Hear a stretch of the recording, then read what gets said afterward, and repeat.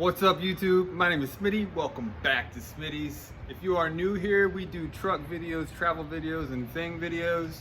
If that sounds like something you'd be interested in, go ahead and subscribe right down below. And right beside that, there's a little bell that you can be notified every time I drop a new video. Today's video is going to be a truck video. If you are a Toyota 4Runner owner, you know that sometimes you get trapped if you close the rear door. I don't know why Toyota didn't make a switch that you can roll the window up and down from the inside or pop the hatch while you're in the inside. This video is going to be showing you how you can wire in a switch, wire in a button to pop your hatch. I hope you like it. Yeah, let's get to it.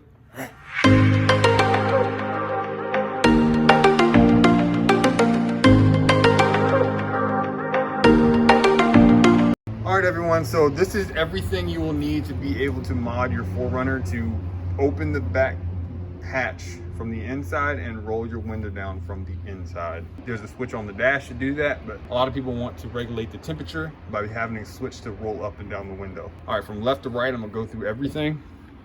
This first one is just a standard momentary button. It's just to press and release to pop the hatch. Next is a rocker switch for your window up and down. Next is just some 22 gauge wiring. I bought really thin wiring because look how small them terminals are on that thing. This is some shrink wrap. You put it over your wiring, you heat it up, and it like shrinks over your connections. A drill bit to cut the hole for the button. Multimeter if you're not doing this on a 4th gen 4Runner. Some wire cutters and crimpers. Some wire strippers. And what you do with these is, you see how I just stripped the wire. Some metric sockets. You'll need an extension. I'm using the 10mm from that set, and then a ratchet. This is a 1/4 inch drive. And then I got a Gerber for other miscellaneous things like screwdriver and something to be able to pull some trim off. All right, so here's everything you'll need to get your switches prepped. So when you put them in your car, all you gotta do is drill a hole, run the wires, and you're good. Your switches are already done. You ain't gotta worry about nothing else. From right to left, this is what you'll need. You'll need a lighter for the shrink wrap, some wire strippers, some wire cutters with crimps, the heat shrink, like I said, some wiring, assortment of wire. I just cut it to length because I only needed that much. This one's already done, as you can see. It's heat shrinked right there near the terminal to protect it from shorting.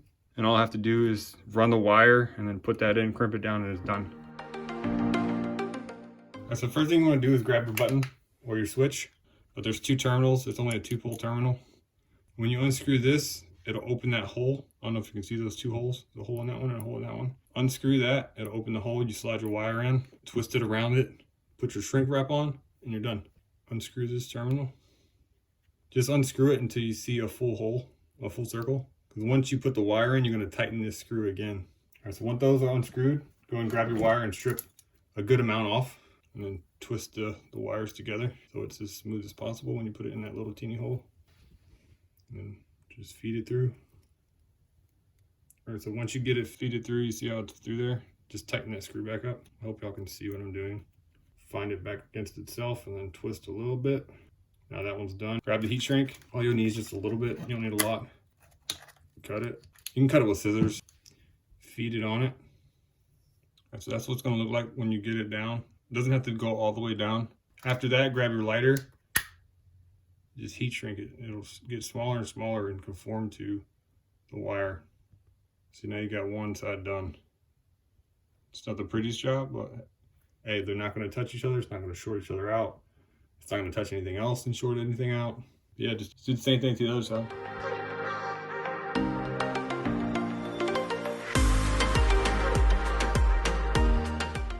All right, so there you go. All right, so I ran and got some connectors so you can see exactly how to do it. There's 2 of them, and I also got some electrical tape. So what you want to do, just cut some of this wire back, just like that. Put your connector on it. What I do is I twist as I'm putting it on. Get your crimpers and crimp it on there. And then give it a slight little pull to make sure it's connected good and firmly. And then do the same thing to this one.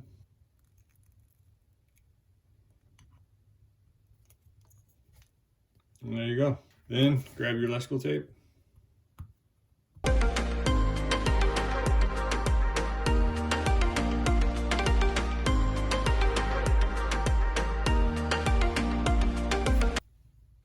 nice and clean. You can just drop it in there. Let's move on to the next thing. All right, so the next thing you'll need to do is grab yourself a flathead screwdriver or a trim removal tool, whatever you have. It's not really that crazy that you need a trim removal tool. I just grabbed a flathead screwdriver because you're only going to use it minimally.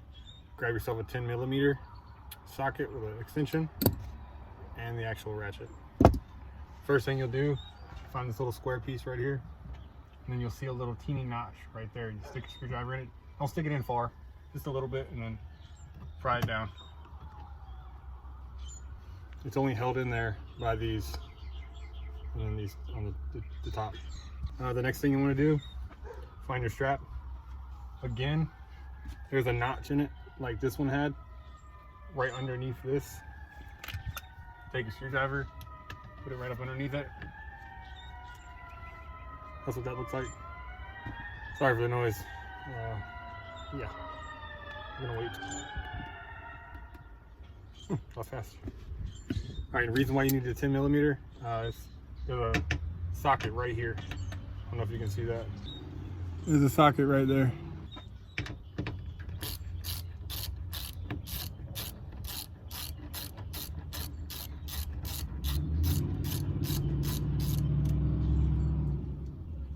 And then here's your strap with your 10mm bolt attached to it. It's literally, the bolt runs through the strap. Set that aside. And the next thing you want to do, there's only push pins all the way around this. So there's nothing actually bolted to it. It's just they're called Christmas trees. But what I usually do, I find this hole and I pull out just a little bit, or you can use your trim removal tool and stick it in here and then kind of like pry it up a little bit. Don't pry hard because you will break them Christmas trees. What I do is just pull it slightly, get one out, and I stick my fingers in there, and then I work my way around.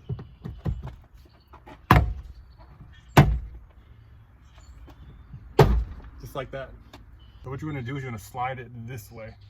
So you slide it forward, and then it comes off. All right, so here's the trim piece on the back side.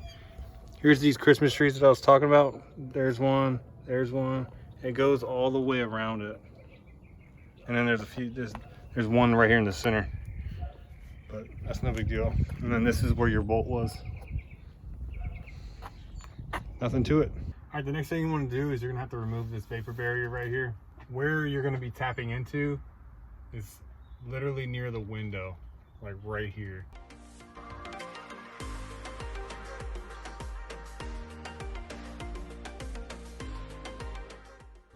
All right, so let me show you what's going on. Right here are the two connectors that we're gonna tap into. We're gonna strip this back just a little bit because this is like protecting the wires. And then this other one, it's already stripped back a little bit. We're gonna take one of these wires. And how I did this, I basically grabbed a paper clip, wrapped it around my multimeter lead, and I stuck it in there. And then I grounded the other one, and then I rolled the window down, rolled the window up, and then I actually opened the hatch to see when it got power to find out what wire was what, if that made any sense. All right, so I had to change the angle. And I also had to rip this off because the wind kept trying to take it. So go ahead and start stripping this back. Strip it a good ways because you're gonna tap into one of these wires. And then the same with this other one.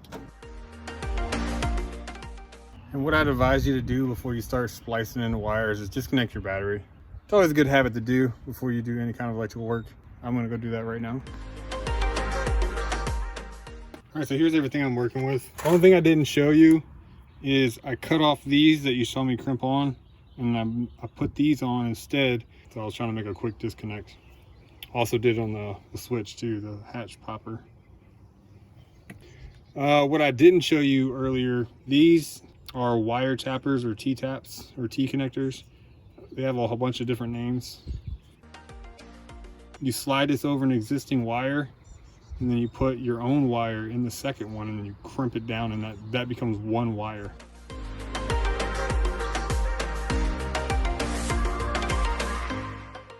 The first one I'm gonna wire in actually opens the rear cargo door, and I'm going to be using this button right here. And the wire you're going to tap into is a common ground and also the purple with white stripe. and that is actually located on the gray. As you see, there's a white one and a gray one. We're gonna be working with both of them, but this one is specifically to pop the hatch. This purple one right here, I'm trying to isolate it so you can see it. See that purple one? You're gonna get your wire splice like that, set it right up on it, and then slide your new wire in. Don't go all the way through. I don't know if you see that. Don't go all the way through. Just stay just like that. It don't have to be poking out. Grab yourself some needle nose or some pliers, and then crimp down that metal connector. Now it shouldn't move, and then pull up this cover and latch it on, and then that one is done. The white one is for the window up, window down, and the door locks and unlocks. The window up is going to be purple and white, just like the previous one, but on the white connector. I don't know if you can see that.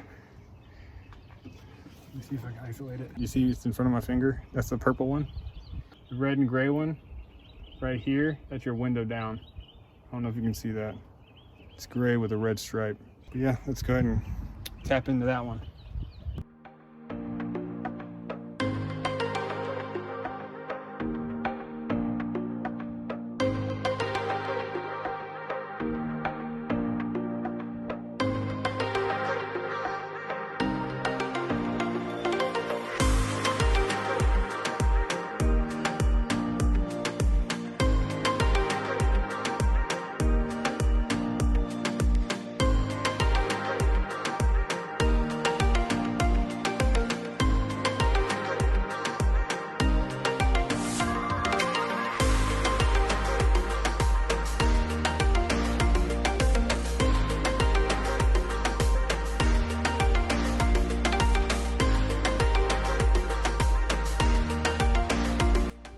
Now I'm just gonna go to the ends and then put the other end to my quick disconnect on that.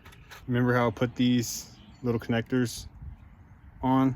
Now put these on the ends of these wires. This slides into this one, just like that. And you can disconnect them when you need to. All right, so now that you got your wires tapped, you have your connectors on, the next thing, you can go ahead and run your ground. So I'm going to tap into the actual ground to this.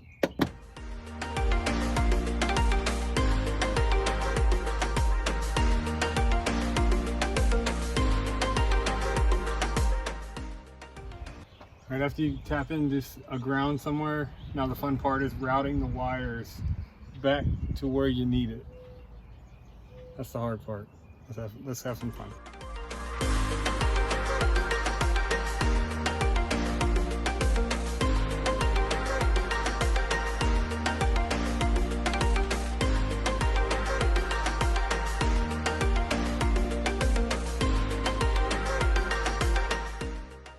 All right, so after you find your ground, I tapped into this one straight into the power box right here. I routed it into here, out behind here, you can see, and then I zip tied it to it so it don't move. Zip tied it there, jumped across into the main wiring harness right here, and then right over here by my wires. So everything's all in one spot. Yours might look different than mine, which is fine, as long as you have a good ground. All right, so what I'm gonna go ahead and do, I'm gonna go ahead and plug in my switches to make sure the switches work and they do what they're supposed to be doing. Be mindful when you roll the window down. Make sure you check your wires to make sure nothing's gonna contact the window going all the way up and all the way down. Because once you put it all back together, you won't see it. So.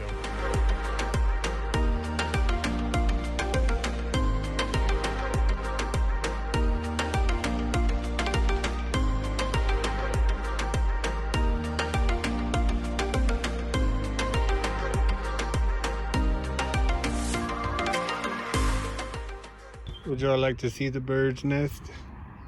All right, so I just have it in there test fit. I'm gonna go hook up the battery and make sure my switches work. Another thing to remember, don't let them touch because they will short each other out. Good, good. Now let's go hook up the battery.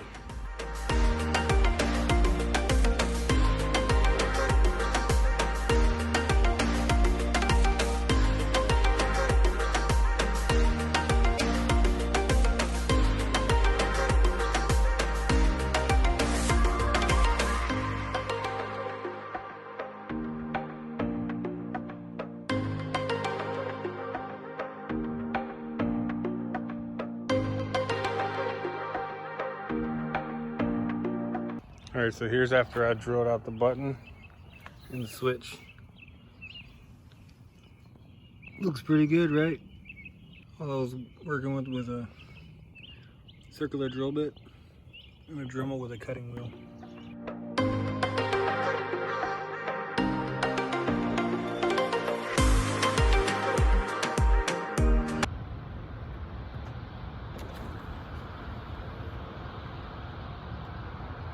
Hey, what's going on? You're still watching? Trying to see if I actually completed the task or not. See if it actually worked. Well, yeah, here's my switches right here. It's going up.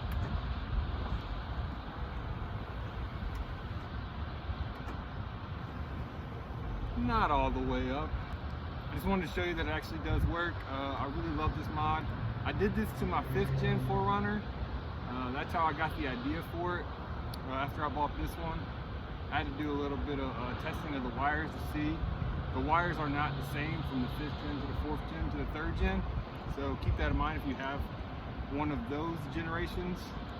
I'm gonna pop the trunk for you.